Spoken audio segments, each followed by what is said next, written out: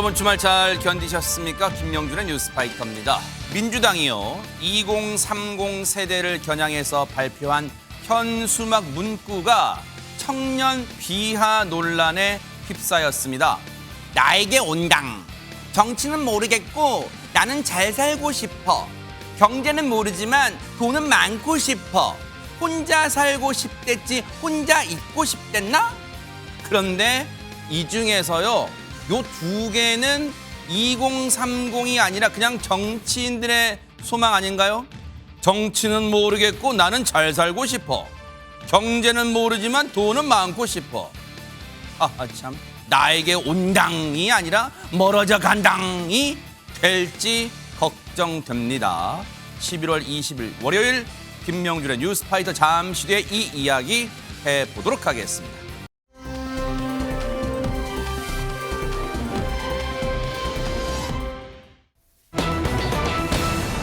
지난 금요일에 저희가 한동훈 법무장관이 대구에 갔다 그 소식은 전해드렸어요. 그런데 세상에 한동훈 장관이요 서울 가는 기차를 놓쳤대요. 어머나 뭐 하느라고요? 요러느라고요. 영상 만나보시고 이어가 보도록 하겠습니다.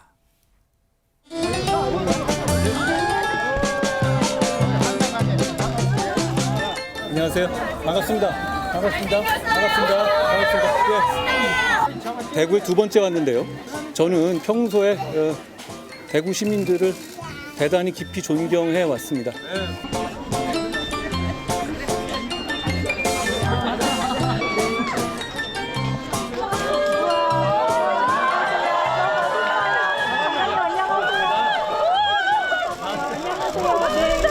사인 한번 다 해주시겠어요? 셀카 한번 찍어주세요.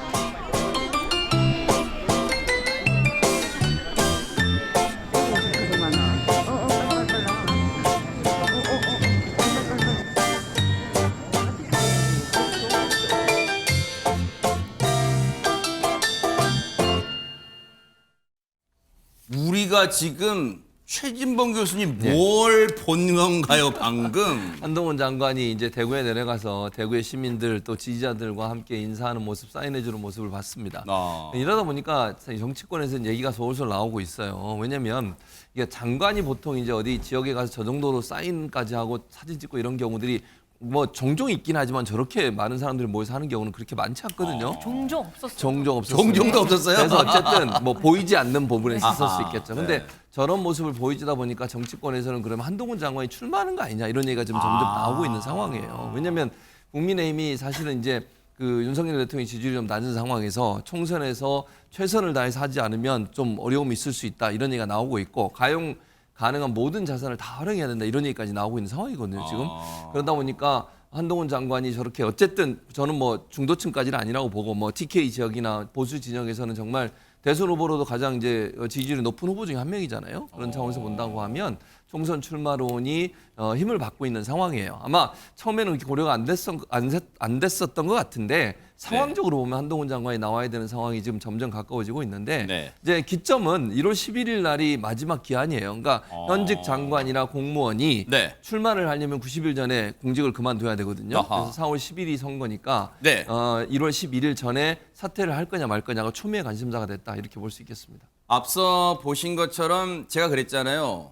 서울로 돌아가는 KTX를 타야 되는데 못한 이유가 저렇게 시민분들이 줄을 쫙 서면서 이렇게 코팅된 것까지 캐리커처까지 해서 사인 받으려고 줄을 서니까 차마 그걸 뿌리치지 못했나 봐요. 그래서 애초 예정된 시간보다 한 3시간 뒤에 잡힌 KTX를 타고 그제서야 올라왔다는 건데 이종근 평론가님 사실 네. 그래서 일각에서는 또 언론들도 그런 표현 씁니다만 팬미팅 하고 왔다 이런 얘기도 있어요 지금. 네, 그렇습니다. 뭐 종종 없었다 있었다라고 두 분이 아까 말씀을 하셨지만 이것이 사실 좀 유례가 없죠. 왜 이렇게 3시간이나 지금 뒤늦게 이렇게 출발을 했다라고 하는 그런 법무장관이 없었는데 한 가지 제가 그냥 또 하나 덧붙이면 이겁니다. 어디를 갔느냐가 참 중요할 것 같아요. 무엇 때문에 갔느냐 하면 스마일 센터 개소식이에요. 그게 뭐예요? 이 스마일 센터가 뭐냐면 범죄의 피해를 입은 사람들이 쉴 곳이 없다. 그러니까 이분들에게 임시거처를 마련해주고 이분들의 정신적인 어떤 그런 그 고통을 트라우마라고 하는 그 고통을 해소시켜주는 그런 그 센터예요. 그런데 한 가지 보면 스마일 센터는 모든 법무부 장관이 다 갔어요. 아, 그래요? 2018년도에 박상기 법무부 장관이 서울 서부 스마일 센터 개소식에 갔고 2020년도에 추미애 장관이 지역적으로는 제주 스마일 센터 개소식에 갔고 그 다음에도 박범계 장관 광주, 목포 스마일 센터 다 갔어요. 개소할 때마다 가는 곳이거든요. 이번에 대구도 아니 이준석 전 대표가 대구에 내려갔기 때문에 갔다. 언론은 이렇게 얘기하지만 이미 지금 나주에 갔을 때 7월에 갔을 때 아유 광주에 갑니다. 그러니까 대구에 갑니다라고 이미 예고된 어떤 했어요. 행사였어요. 하지만 지금의 시국과 맞물리니까 이게 확대해서 갈 수밖에 없는 상황이죠. 그렇군요. 그런다 보니까 민주당에서는 이런 행보를 곱게 볼 리가 없겠죠? 얘기 들어보시고 이어가 보도록 하겠습니다. 한동훈 장관은 어제 보란 듯이 보수의 심장 대구를 찾아 공개 행보를 펼쳤습니다. 말로는 예정된 통상적 방문이라지만 총선이 국민의 삶에 중요한 것은 분명하다며 총선을 향한 들뜬 속내를 숨기지 못하는 듯 했습니다. 몰려든 촬영 요청에 기차표까지 취소하며 3시간이나 사진을 찍었다는데 출마 생각에 무척이나 설렜습니까? 아니 허준 변호사님 그러면 진짜 한동훈 장관의 출마 속셈이 있는지 없는지 뭐 엑스레이라도 한번 찍어봐야 돼. 어떻게 됩니까 이거? 저도 궁금합니다. 어허. 출마를 한다면 과연 어디에서 어떻게 출마를 할지도 궁금한데. 그러니까요. 그런데 최근 행보가 심상치는 않아요. 왜요? 정말 뭐 한동훈 장관이 전국 방방곡곡을 지금 다니고 있는 상황이거든요. 그래요? 네. 일단 7월에 전남 영암을 방문을 어허. 했었습니다. 그때 현대 사무중공업 현장에 방문을 해서 외국인 근로자 정책에 관해서 언급을 했었고요. 7월에는 또 제주를 방문을 했었어요. 지금 보이시죠? 일정들이 쫙 나오고 이게 있는데 올해만 간 거예요? 올해만 간 것과 갈 곳을 지금 같이 표시를 해놓은 대박. 거예요. 지금 많이 가긴 했네. 그러니까요. 제주에는 4.3 직권재심 권고 합동 수행단 일정으로 방문을 해서 이 4.3 수용자들이 더 이상 할 게 없다라고 얘기할 정도로 한이 풀릴 때까지 최선을 다하겠다. 이런 언급을 해서 주목을 받기도 했었고 네. 전북 완주에 가서 이제 외국인 계절 근로 정책 관련해서 외국인 근로자 현장 방문을 하기도 했었고요. 네. 거창에서 거창구치소 개청식 했을 때도 사람들이 막 사진 찍어달라 그러고 네네. 그런 일정이 또 있었는데 네. 10월 11월에는 지금 3번 가거든요. 대구에 방금 간 거 보셨잖아요.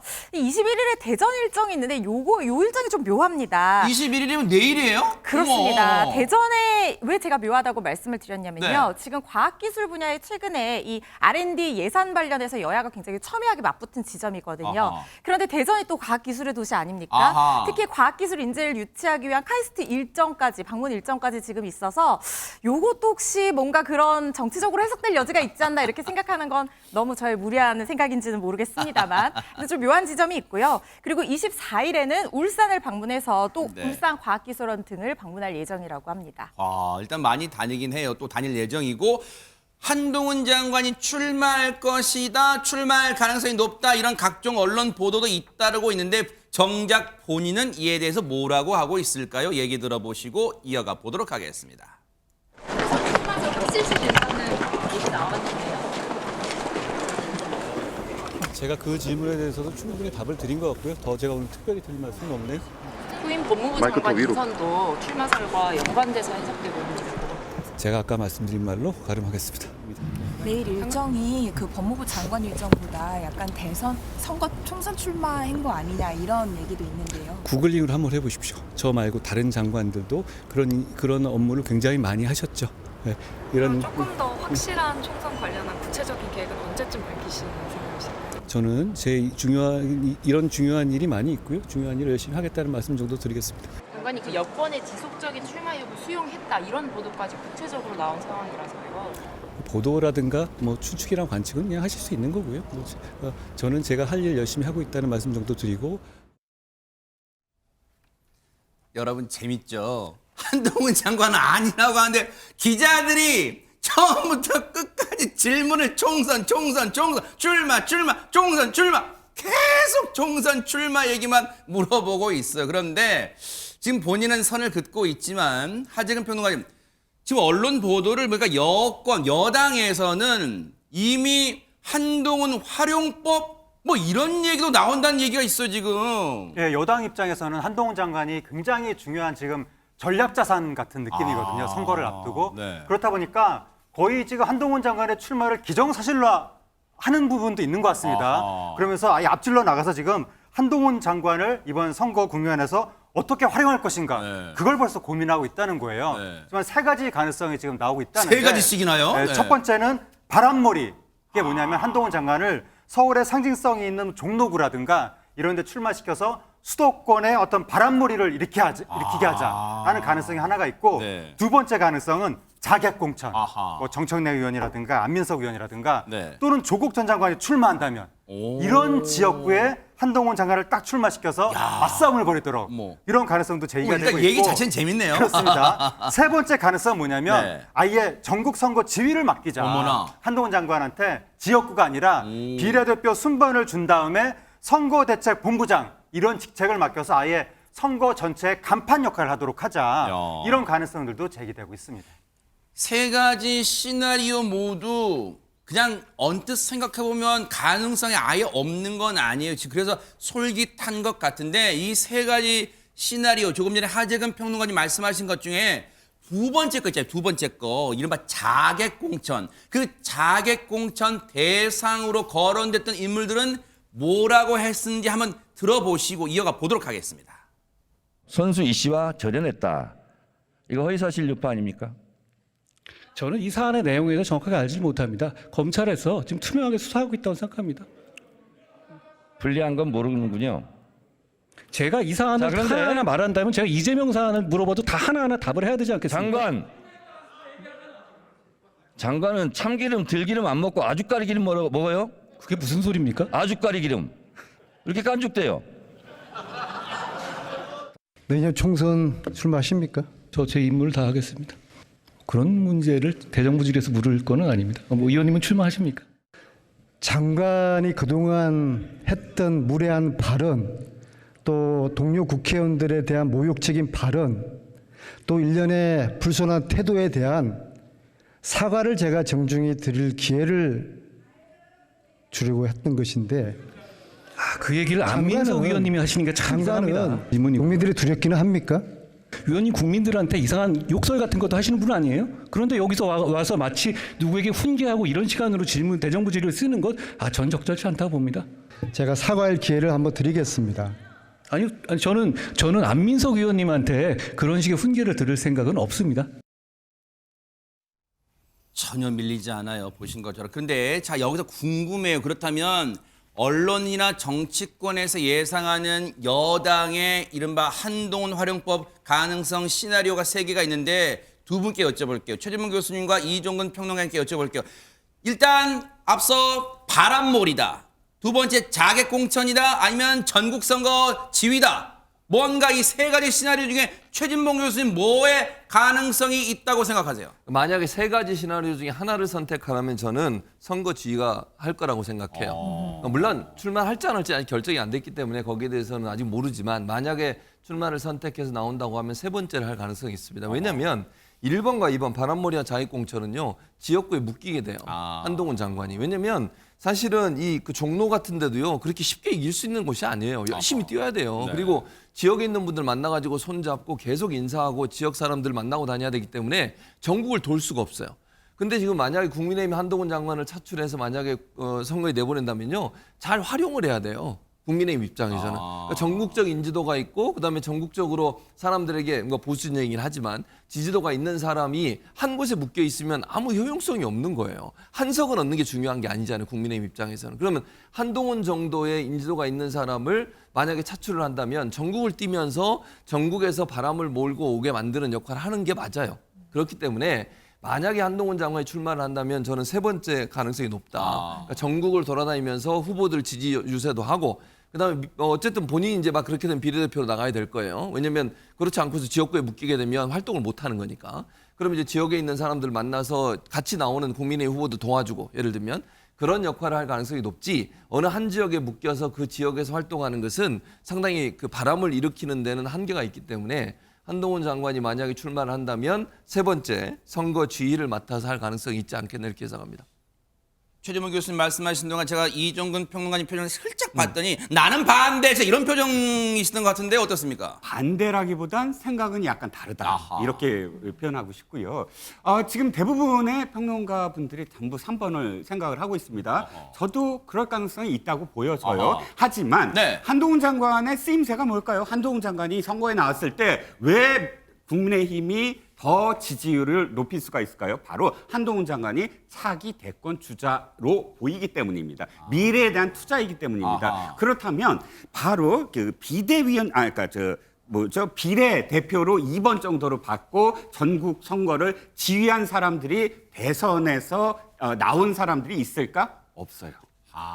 지금 대개는 비례 2번을 받고 전국 선거를 지휘한 사람은 김종인 비대위원장. 예를 들어서 이런 비대 2번은 아니었습니다만 예를 들어서 책사는 그렇게 할 수 있어요. 하지만 한동훈 장관은 스토리를 만들어야 돼요. 지금 정치 경험이 전혀 없잖아요. 네. 그런데 앞으로 만약에 이번 선거에 나온 다음에 3년 후에 대선에 나온다고 한다면 이번에 실제로 지역구에서 싸워보고 나 이렇게 했다라는 게 하나의 스토리로 엮여져서 정치 경험 없지 않아요. 난 이미 이렇게 했어요. 라는 것이 하나의 어떤 배경이 돼야만 다음에 어떤 대선에서 나올 수 있는 하나의 밑거름이 되거든요. 아하. 그렇다면 네. 뭐 전체 선거 비례로 나와도 분명히 어떤 쓰임새가 있지만 한동훈 장관한테 필요한 건 1번이나 2번 실제로 지역구에 나와서 내가 이렇게 싸워서 그의 바람을 일으키건 아니면 자객을 하건 그 스토리를 더 전국적으로 이렇게 이 국민의힘의 어떤 자산으로 삼을 수도 있다. 그래서 3번일 가능성도 있지만 그러나 1, 2번일 가능성도 사실은 우리가 배제해서는 안 된다라는 생각입니다. 총선 5개월 정도 남은 시점에 그러면 한동훈 법무장관이 가장 신경 쓰일 이 대상은 누굴까요? 뭐 민주당도 있겠습니다만 국민의힘 내부에서 이 사람도 아마 굉장히 촉각을 곤두세우고 있지 않을까요? 얘기 들어보시고 이어가 보도록 하겠습니다. 공직자로서 계속 살아오신 커리어가 있고 일정한 부분에 국민들의 지지를 받고 있고 이런 것도 있다 보니까 저분과는 언젠가 경쟁할 수도 있겠다라는 생각은 해요. 만약 나중에 한동훈 장관이 뭐 정치에 뛰어들어가지고 광주 시민 앞에 서게 될 계기가 있다고 한다면요. 잘 고민하고 훌륭한 답변이 나오면은 그러면 한동훈 장관을 지지해 주시면 되고요. 그게 아니라 뭐 누가 잡범이고 누가 뭐 나쁜 놈이고 이거 계속 하실 거면은 저는 그 정치는 더 이상 대한민국에 저도 보고 싶지 않습니다. 유인경 평론가님, 이준석 전 대표 말을 들어보면 이런 노래 같아요. 칭찬인 듯 칭찬 아닌 칭찬 같은 말 같습니다. 일단 뭐 훌륭한 정치는 아니지만 어떤 공직자로서는 지명도가 있다라고 해서 칭찬으로 포장을 했지만 그 속내는 질투와 견제와 뭐 이런 것이 엿보입니다. 솔직히 왜냐하면 내년 총선이 정치계의 가장 큰 화두이긴 하지만 그리고 이준석 씨는 신당을 창당한다고 발표는 했으나 뭐 그닥 국민들의 관심도 크지 않고요. 어떤 의원들 모일지도 모르겠고요. 국민의힘이라든가 민주당에서도 인재 영입은 뭐 하고 있다고 하나 뭐 톱스타가 누가 될는지 공천에서 어떤 경선을 치르는지 나오지 않는 상황에서 내년 총선에서 그냥 화제의 인물은 그저 한동훈 장관입니다. 음악회 한번 간 것만으로도 민주당에서 집에서 음악 듣지 거기 왜 가세요? 라는 질투의 소리가 나오기 때문이겠죠. 네. 어쨌든 제가 볼 때 이준석 씨가 조금은 숱하게 방송도 하고 인터뷰도 하고 유튜브도 나오고 하지만 네. 본인의 신당이 크게 에드벌론이 안 띄워지는 것에 대한 초조감이 살짝 느껴집니다. 네. 그런데 이 와중에 허주연 변호사님, 이준석 전 대표 입에서 노아의 방주라는 말이 나와서 뭐 성경 읽었나 봐요? 그러니까요. 신당 추진은 정치 종말의 위기 속에서 노아의 방주를 띄우는 일이다 이렇게 스스로 얘기를 했거든요. 이 성경에 보면은 하나님의 계시에 따라서 이 대홍수를 피하기 위해서 노아가 방주를 만들지 않습니까? 그렇다면 본인이 노아로 평가될 수 있을 것인지는 시청자분들이 보는 사람마다 생각이 좀 다를 것 같은데 어쨌든 본인은 그렇게 생각을 한다는 거예요. 지금 변화가 없을 경우에는 12월 27일이라는 마지노선을 놓고 신당 창당을 계속해서 추진해 나갈 것이다라고 공언을 하고 있는데 윤석열 대통령이 바뀔 가능성이 거의 없다. 뭐 신락 같은 가능성이다 이렇게 얘기를 하고 있어요. 그래서 자신은 신당 창당 준비를 계속 해나갈 것이다라고 얘기를 했고요. 그렇다면 지금 제3지대의 정당이 될 텐데 지역 기반은 어떻게 할 거냐 이런 궁금증이 들잖아요. 그 질문에 대해서는 가장 정치 변화를 열망하는 지역에 힘을 몰아줄 것이다 이렇게 답변을 했습니다. 이거는 이종근 평론가님께 여쭤볼게요. 와 이거 두 개의 중요한 표현 나왔네요. 일단은 자신의 신당 창당이 노아의 방주를 띄우는 일이랍니다. 요거는 일단 어떻게 봐야 돼요? 지금 허전 변호사님 말씀하셨지만 자기가 노아가 되겠다. 그러니까 창세기 6절에 있더라고요. 보니까는 6장에 하나님이 보시기에 이 땅이 썩어 있어서 내가 너한테 명하노니 전나무로 배를 띄워라. 뭐 이렇게 표현을 합니다. 그러니까 지금 자기가 텐트를 치겠다. 자, 들어와라. 내가 노아가 되겠다라는 선언인 것 같고요. 그런데 이러고 보니까 들어갈 사람이 아니라 동물이 돼야 되는데 보니까 뭐 정결한 동물 17상, 부정한 동물 2상 그래서 총 보니까 한 16마리의 동물이 누가 될지 뭐 노아의 그 방주에 탈지 그것도 걱정이고요. 또 가장 정치 변화를 열망하는 지역이라고 했어요. 그러니까 이게 지금 전 정의당 의원 박원석 의원이 함께 만났다가 지금 거리를 뒀잖아요. 근데 박원석 의원이 표현한 건 이거예요. 아니 자기랑 만났을 때는 전국 정당을 이야기하더니 지금 TK만 이야기하고 있다. 말을 바꾼 게 아니냐. 뭐 이렇게 해서 이제 함께 못 한다. 이렇게 얘기를 했는데 지금 보니까 아예 그렇게 지역을 한정을 했어요. 전국 정당이 아니고 정당을 만들려면 어쨌든 전국적인 어떤 그런 조직이 필요한데 가장 정치를 열망하는 지역 그러면 자기가 TK에 열심히 갔으니까 TK 지역이 마치 그런 것처럼 지금 표현하고 있는 것 같아서 일단 두 가지 그러니까 노아의 방주처럼 그 이 정치가 썩었으니까 함께 할 그럴 동물들을 찾고 있는 것이고 그리고 두 번째는 그 지역 그러니까 특정 지역을 자기가 이 대상으로 삼겠다 이 두 가지를 표현한 것 같습니다. 그럴 수 있겠어요.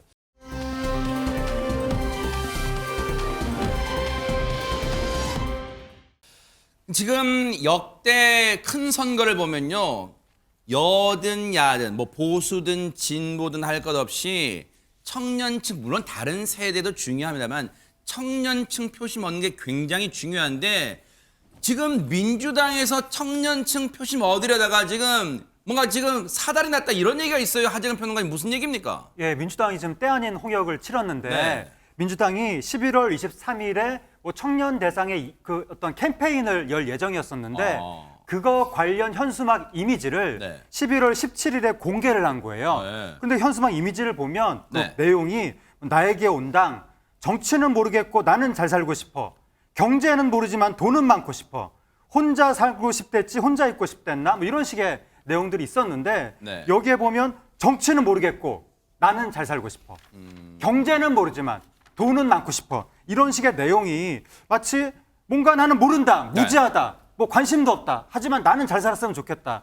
좀 뭔가 무책임하면서 사회적으로 관심도 없으면서 이기적인 거 아니냐. 이런 뉘앙스가 이제 비춰지고 있는 건데 저 행사가 청년 대상 캠페인을 대상으로 한 행사의 현수막이라고 하니까 저 현수막 자체가 2030 세대를 겨냥한 것이 아니냐 이런 이야기가 나오는 거고 그러면서 결국 청년을 비하했다 이런 논란이 터진 건데 거기에 대해서 이제 강선우 민주당 대변인은 이 현수막 이미지 보고 뭐 총선용이다 2030 세대를 대상으로 했다 이런 식으로 매체들이 보도를 했는데 그건 사실이 아니다라고 하면서 현수막 문구를 삭제했습니다. 근데 보세요. 이게 2030을 대상으로 했다는 보도는 사실이 아니다. 그럼 누구 겨냥한 거예요? 전체? 모든 연령층? 그 말인 거예요? 어쨌든 지금 이거에 논란이 사그라들긴커녕 더 확대되는 모양새에 왜 이 얘기 때문에 한번 들어보시고 이어가 보도록 하겠습니다. 민주연구원에서 오랫동안 준비를 해왔던 캠페인이고요. 당에서 한 게 아니고 업체에서 캠페인 준비를 위해서 했던 겁니다. 너무 꼬리 자르기 아닌가요? 그건 그렇게 말씀하시는 거는 전 뭐 동의하기는 좀 어렵고요. 관련해서 뭐 징계나 이런 부분은 없나요? 징계요? 죄송한데 어디시죠? 그걸 왜 그렇게 생각을 하시는지 잘 모르겠는데요.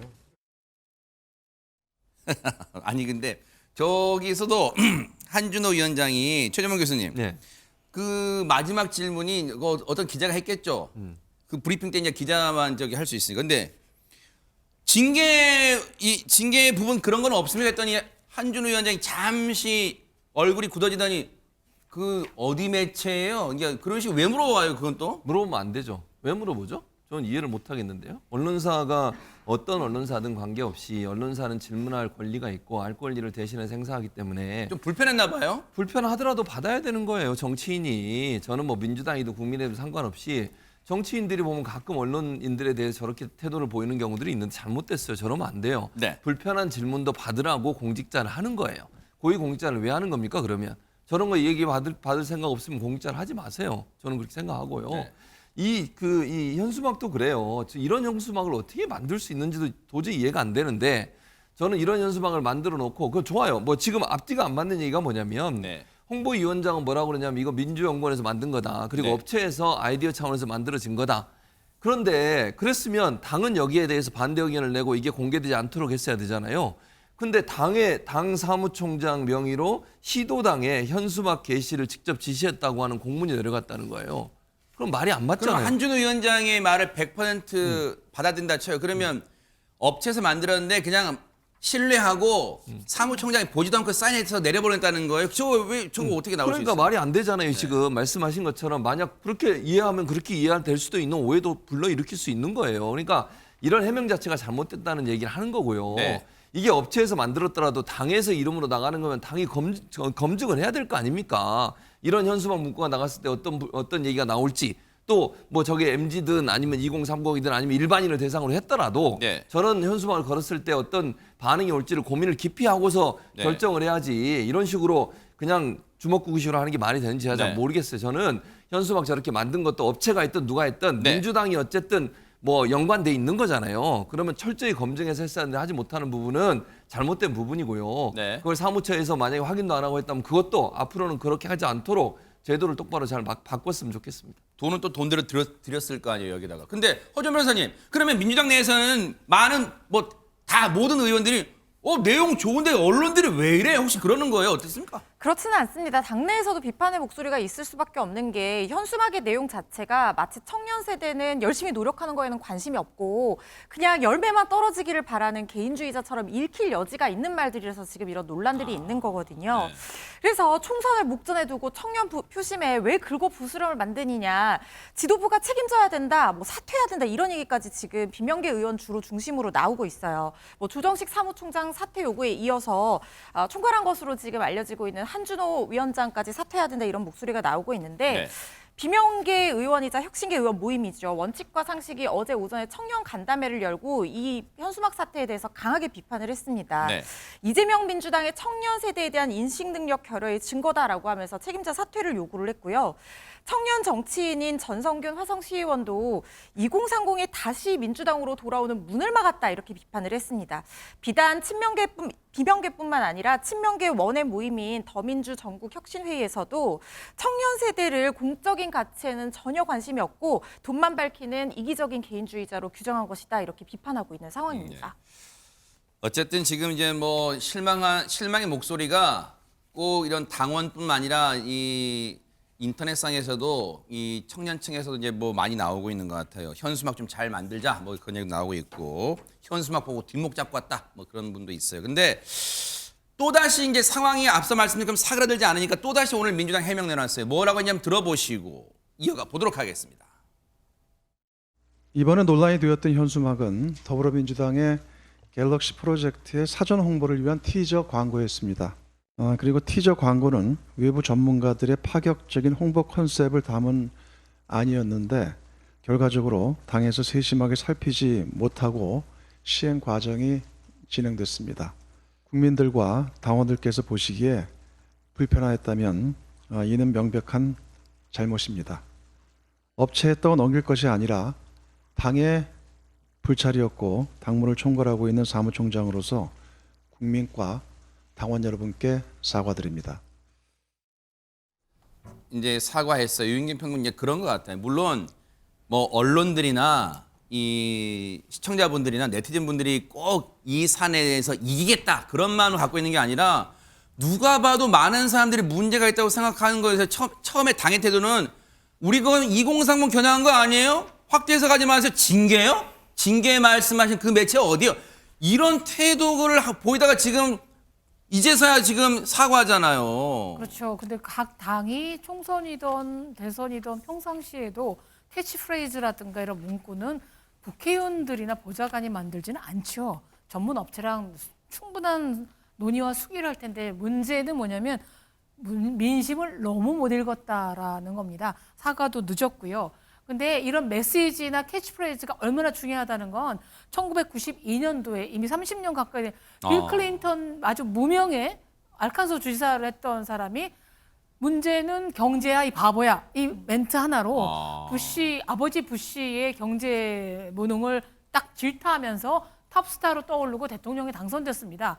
내게 온당 뭐 경제를 모르는 잘 살고 싶다. 이거는요 임팩트도 없고 메시지도 없고 게다가 당원들이 우리가 한 거 아니에요 라고 하면 사과를 아무리 해도 이미 엎질러진 물이기 때문에 진심으로 민심을 찾는 일부터 정말 왜 그러잖아요. 답은 현장에 있다면서요. 현장을 가보시고 어떤 마음을 갖고 있는지 좀 찾아보시기 바랍니다. 네.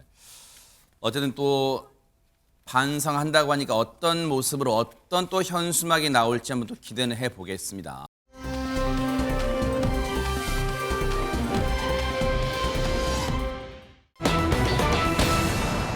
분위기 바꿔볼게요. 제목 보세요. 고향 친구라면 뭔가 정겨워야 되는데 제목이 이게 뭡니까? 허주연 변호사님. 고향 친구 하니까 이렇게 추운 날에 뭔가 정겹고 따뜻한 느낌 나시잖아요. 네. 그런데 이 사건은요. 그렇게 정겹고 따뜻한 얘기 아닙니다.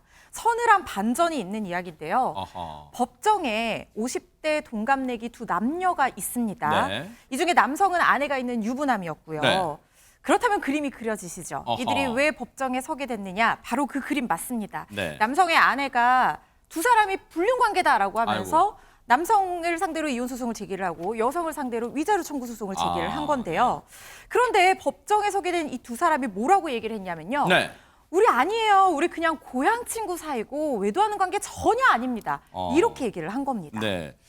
여기까지만 들으면 하재근 평론가님 뭔가 찜찜하지만 구체적으로 불륜을 저질렀다는 뭐가 있어야 될 것 같긴 하다 이런 생각도 들긴 합니다. 지금 주장과 주장이 서로 맞부딪히는 거거든요. 네. 한쪽에서는 불륜했다, 한쪽에서는 오해다 이러는 건데 그렇게 주장과 주장이 맞부딪힐 때는 뭐 증거가 나오거나 아니면 제3자가 증언을 하거나 네. 이래야 되는 건데 진짜로 제3자가 딱 등장을 했습니다. 어허. 제3자가 누구냐면 일단 그 내연녀로 지목된 여성이 뭐라고 그랬냐면 나는 지금 또 다른 남성과 교제하고 있는 중이다 라고 한 거예요. 그래서 네. 또 다른 남성이 이제 딱 호출이 됐는데 네. 실제로 그 남성이 법정에 나왔어요? 네, 내가 이 여성의 애인이 맞습니다 라고 증언했습니다. 아니 그러면 최진봉 교수님 예. 그러면 진짜 이 아내분은 자기 남편과 그 자신이 불륜녀라고 의심했던 그 여성 두 사람이 진짜 고향 동창 선후배 뭐 친구인 두 사람을 진짜 단순히 의심한 거예요. 어떻게 봐야 됩니까? 그러니까 지금 말씀하신 것처럼 갑자기 진짜 애인이라고 하는 사람이 나타났으니 그렇게 생각이 들 수 있잖아요. 뭐지 이거 그러면? 이 사람 예를 들면 그 남성이 안 나타났다면 분명하게 바람핀 게 맞는데 아하. 남성이 나타나서 내가 이 사람의 내연녀라고 얘기하니까 네. 이 부인 입장에서는 상당히 당혹스러울 밖에 없는데 네. 여기서 반전이 일어납니다. 아하! 사건은 6년 전으로 거슬러 올라갑니다. 어머나. 동갑내기 내연녀와 남편은 원래 두 사람이 내연녀와 남편이 맞고요. 네. 이 사람들이 2017년 12월에 네. 동거를 시작을 합니다. 아하. 동거는 어디서 하냐면 이 그 내연녀의 집에서 시작을 하고요. 네. 그 집에서 시작을 하고 3년 뒤에 남편이 아내를 대상으로 상대로 해서 이혼 소송을 제기합니다. 그게 어허. 2019년 5월이고요. 네. 그런데 이 과정에서 이 부인 되시는 분이 남편의 외도를 발견하게 되는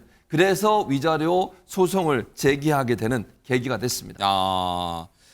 어쨌든 불륜 사실을 알게 됐다는 그러면 아내분의 의심, 아내분의 생각이 맞았다는 거잖아요, 최재문 교수님. 예, 맞았던 거죠. 그러니까 이게 어떤 얘기냐면요. 이게 참 황당하고도 이해가 안 되는 얘기인데 짜고 치는 그야말로 이야기다 이렇게 얘기할 수밖에 없습니다. 네. 설명을 드릴게요. 남편이 내연녀에게 이렇게 얘기합니다. CG로 보여드릴 텐데 네. 내가 다른 남자를 내세워 애인이 있다 증언해라. 그러면 내가 이혼 소송서 승소하고 우리 함께 살 수 있다. 그런 얘기예요. 네. 그러니까 내가 소송에서 이기면 네. 그거 가지고 우리 둘이 잘 살 수 있어. 그러니까 내연녀한테 다른 애인이 있다고 얘기하라고 얘기하고요. 그리고 나도 이번에는 아는 지인을 찾아가서 이렇게 얘기합니다. 남자 지인이죠.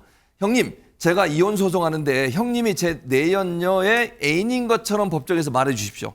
그래야 제가 유리하게 이길 수 있습니다. 어머. 이혼 소송에서. 이혼하고 재혼에 잘 살겠습니다. 한번 도와주십시오라고 얘기를 한 거예요. 네. 그러니까 짜고 한 거잖아요. 분명히. 아하, 네. 자기가 아는.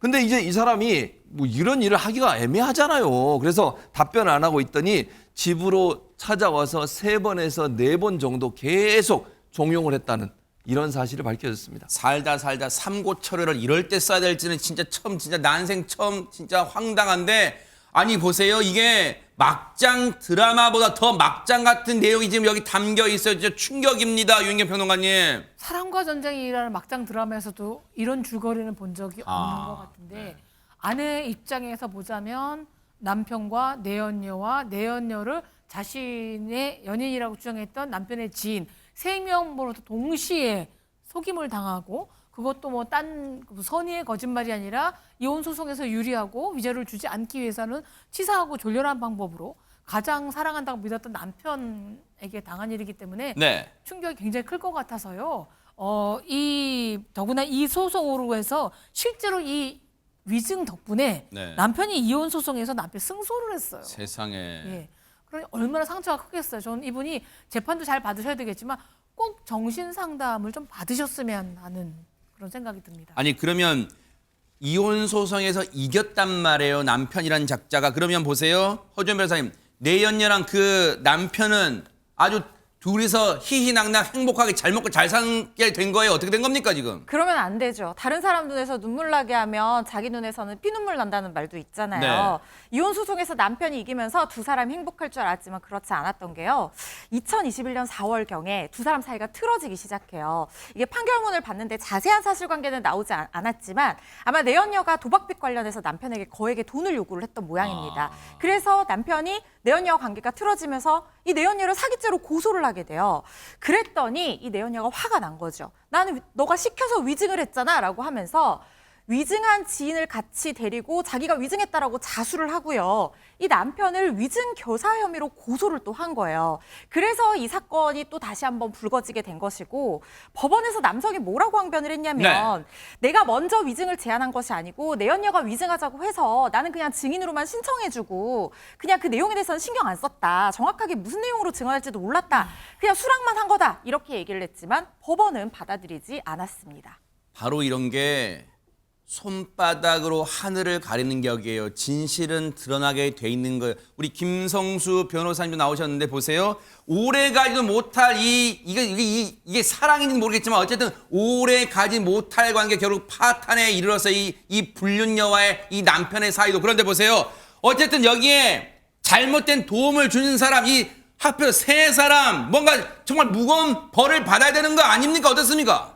맞습니다. 3사람 잘못을 했기 때문에 실제로 벌이 이제 내려졌습니다. 아하. 예, 법원에서 이제 유죄 판결을 했다 한 건데요. 네. 이 쟁점이 됐던 부분이 어떤 부분이었냐면 이 여성 같은 경우에는 본인이 위증을 했다고 자백을 한 거지 않습니까? 그리고 이 남성의 경우도 위증을 했다고 자백을 했어요. 네. 그렇다 보니까 이 지인 남성과 여성 같은 경우에는 위증죄가 성립이 됐는데 이 남편은 1심에서 끝까지 나는 위증을 시킨 게 아니라 하하. 나는 그냥 두 사람이 한다고 하기에 그냥 그러라고 그냥 도움만 준 것 정도다. 어머나? 그래서 위증 방조다라고 주장을 한 겁니다.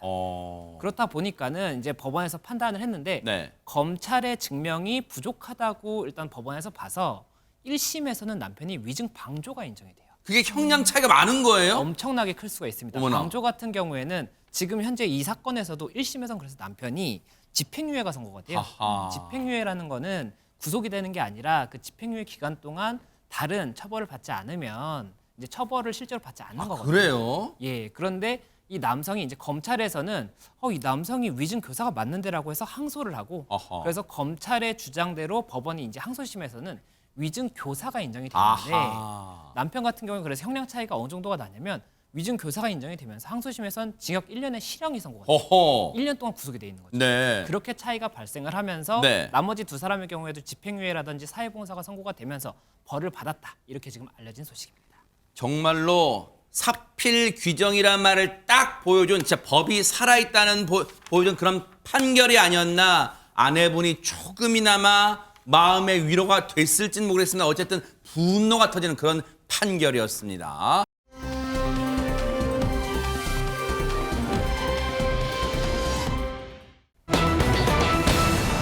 세상에요. 지난 주말에 어떻게 이제 이런 진짜 청천벽력 날벼락 같은 그런 사건이 벌어졌어요. 하재근 평론가님 세상에. 예, 지난 17일 오후 4시 반경에 서울 노원구의 한 아파트에서 70대 부부가 외출했다가 집으로 돌아와서 이제 귀가하는 도중이었는데 70대 남편이 거동이 불편한 아내를 뒤에서 부축하면서 올라가고 있었는데 계단을 네. 그때 한 10여 층 더 높이에서 돌이 갑자기 떨어져서 어머나? 남편을 이렇게 딱 맞춘 거예요. 그래서 아내가 보고 있는 바로 앞에서 남편이 현장에서 사망하는 그런 사건이 벌어졌는데 어머나. 바로 그 아파트의 한 10여 층 정도 높이에서 초등학교 저학년 학생이 돌을 던진 것으로 조사됐습니다. 어머나 세상에 듣고도 믿기지가 않는 믿을 수가 없는 그런 사건이에요.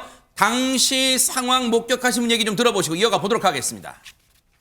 소리를 지르시는 분이 내려다 보니까 쓰러져가지고 피 흘리고 있어가지고 아주 심각했어요 되게. 세상에 이게 무슨 일입니까? 최진봉 교수님 세상에. 말을 하는 게 날벼락이죠. 아니 하늘에서 저게 떨어질 거라고 누가 상상이나 했겠습니까? 어머나 세상에. 얼마나 억울하고 이 유가족들은 얼마나 화가 나고 다치신 분통 분들 터져요, 분통 진짜. 터지잖아요. 아니 그러니까 저는요 주먹만한 크기의 돌덩이래요. 이 세 개가 발견이 됐어요 현장에서. 어머나. 그러니까 주먹만한 돌덩이 세 개가 발견이 됐는데 가해 학생이 던진 돌이요. 아파트 복도에 보면 방화문을 열어놓으려고 받쳐놓은 돌 있잖아요. 아, 그런 거 있어요, 네. 그 돌이에요, 그 돌. 어머! 그 돌을 가져다가 던졌는데 이게 하나에 1kg이에요, 1kg. 어머나. 근데 이게 위에서 10층에서 떨어뜨렸거든요. 10층에서 떨어뜨리면 가중이 돼가지고요. 2.7톤의 압력이 가해진대요. 2.7톤이요? 그러니까 하늘로부터 2.7톤의 압력을 받으신 거예요. 세상에. 이런 피해를 이거를 이렇게 철딱서니가 없어 이렇게 철딱서니가 없는지 모르겠습니다. 아니 세상에 아무리 초등학생이라 해도요. 몇 살인지 모르겠지만 초등학생이라도 이게 알 거 다 아는 나이가 저런 짓을 어떻게 해요. 유인경 변호사님 세상에. 가해 학생은 경찰 조사에서 별 생각 없이 장난으로 돌을 던졌다고 답했답니다. 그런데 저는 정말 이 프로그램을 많은 학부모님도 보고 계시던데요. 네. 강조드리고 싶습니다. 가정교육은 학교만이 아니라 가정교육에서는요. 네. 공부 잘해라, 경쟁에서 이겨라, 뭐 영어학원 가서 공부 잘해라가 아니라 생각하게 만드는 게 가정교육입니다. 별 생각이 없었다라는 건 이거는 아이의 잘못이 아니라고 생각합니다. 그 생각을 한다는 건 뭐냐면 타인을 배려하는 생각, 너의 말과 행동이 다른 사람에게 피해가 안 되도록 하는 생각. 이렇게 하면 기분 나쁘지 않겠니? 이렇게 하면 그 사람한테 해가 가지 않겠니를 질문을 던져서라도 생각하는 힘을 키워줘야 됩니다. 인공지능과 결호화될 때 영어 단어 많이 알고 수학 문제 잘 푼다고 성공하지 못합니다. 생각하는 힘, 그게 남한테 절대 피해를 안 줄 생각하는 힘을 좀 키워주시면 이 아이도 촉법소년이어서 아이는 괜찮다 하더라도 부모님이 배상을 하실 것 같거든요. 본인이 무심하게 했던 것이 결국 본인에게 돌아온다는 것 많은 학부모들이 좀 생각해 주셨으면 좋겠습니다. 돌을 던진 아이의 얘기가 장난으로 던졌어요? 이게 아무리 아이지만 나올 얘기인가요, 입에서? 장난으로 던진 돌에 사랑하는 가족을 한순간에 잃은 유족의 마음은 지금 어떻겠습니까? 세상에 얘기 들어보시고 이어가 보도록 하겠습니다. 할머니가 다리가 아프시거든요. 둘이 사시는데 할아버지가 집 앞일도 많이 하시고 할아버지가 할머니 넘어지실까봐 뒤에서 주시라고 되게 험해 뭘 앓고 있다가 돌아가신 것도 아니고 되게 건강하시고 그러셨던 분이 떨어진 거 보고 한 번 금실 좋으셨던 부부시잖아요. 아내인 할머니가 거동이 불편했을 때 그날도 계단 오르는 길에 뒤에서 받쳐주시고 계시다가 혹시 중심 못 잡을까 봐 받쳐주시다가 그 순간에 변을 당했어요. 지금 할머니의 마음은 어떠시지? 지금 남편을 하루아침에 잃은 할머님 지금 저희가 감히 표현도 못할 거예요. 진짜 그 슬픔, 그 분노, 그 억장 무너짐. 그런데 유족들을 더 슬프게 만드는 게 또 있다면서요, 허주연 변호사님. 네, 유족들이 일단 지금은 황망함에 뭐 슬픔을 가눌 길이 없겠지만 어쨌든 이 아이에 대한 어떤 원망이 있을 수도 있다는 생각이 들기는 하거든요. 제가 뭐 감히 뭐 예측하기는 어렵지만. 그런데 문제는 이 아이가 나이가 8살로 알려지고 있어요. 만 10살 미만의 나이는 이 소년보호처분, 형사처벌 그 무엇도 받지 않는 형사책임 무능력자의 나이입니다.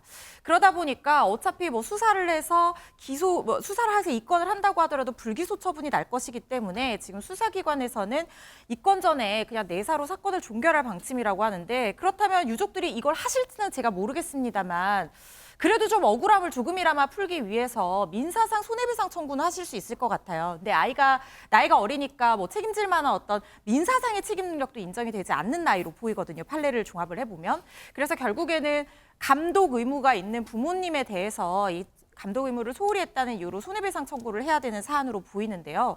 그런데 문제는 그 지금 입건 전에 내사로 종결한다고 하는데 이 아이가 정말 그냥 실수로 그런 건지 아니면은 장난스러운 마음에 할아버지를 보고 고의로 이렇게 한 건지 이 수사 절차에서 밝혀져야 된다고 생각하는 부분이 민사 절차에서 이 사실관계를 정확하게 밝히기는 상당히 어려운데요. 고의로 그랬는지 과실로 그랬는지 겨냥을 했는지 안 했는지 이런 거에 따라서 민사상 손해배상 책임의 범위 자체가 굉장히 달라질 수 있습니다. 그래서 이 부분은 수사기관에서 내사를 한다고 하더라도 좀 철저하게 사실관계를 밝혀주셨으면 하는 생각이 들고요. 지금 초등학생 가족이 유족에게 사과하고 용서를 구하는 의사를 전달을 했다고 합니다. 그래서 경찰 측에서 유족에게 알렸다고 하고요. 일단 유족 측은 지금 장례 절차 밟고 있어서 이후에 뭐 일정에 대해서 생각을 해보겠다라고 하는데 뭐 손해배상이라든가 형사처벌이 이 황망한 마음을 달래줄 수 있을 거라는 생각은 들지 않아서 너무나 가슴이 아픕니다. 진짜로요.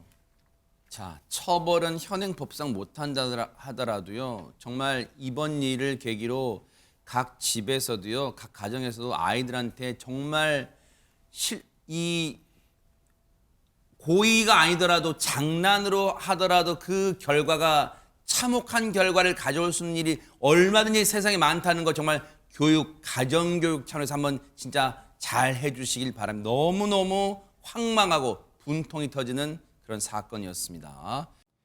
보고 계십니까? 대박 사건. 네, 안녕하십니까? 김명준입니다. 여러분과 함께하는 뉴스파이터. 다양한 소식과 뉴스를 보고 싶으시면 화면 오른쪽을 꾹 눌러 구독해 주시길 바랍니다. TV로도 유튜브로도 여러분께 한 발 더 다가가겠습니다. MBN 뉴스와 뉴스파이터를 사랑해 주셔서 고맙습니다.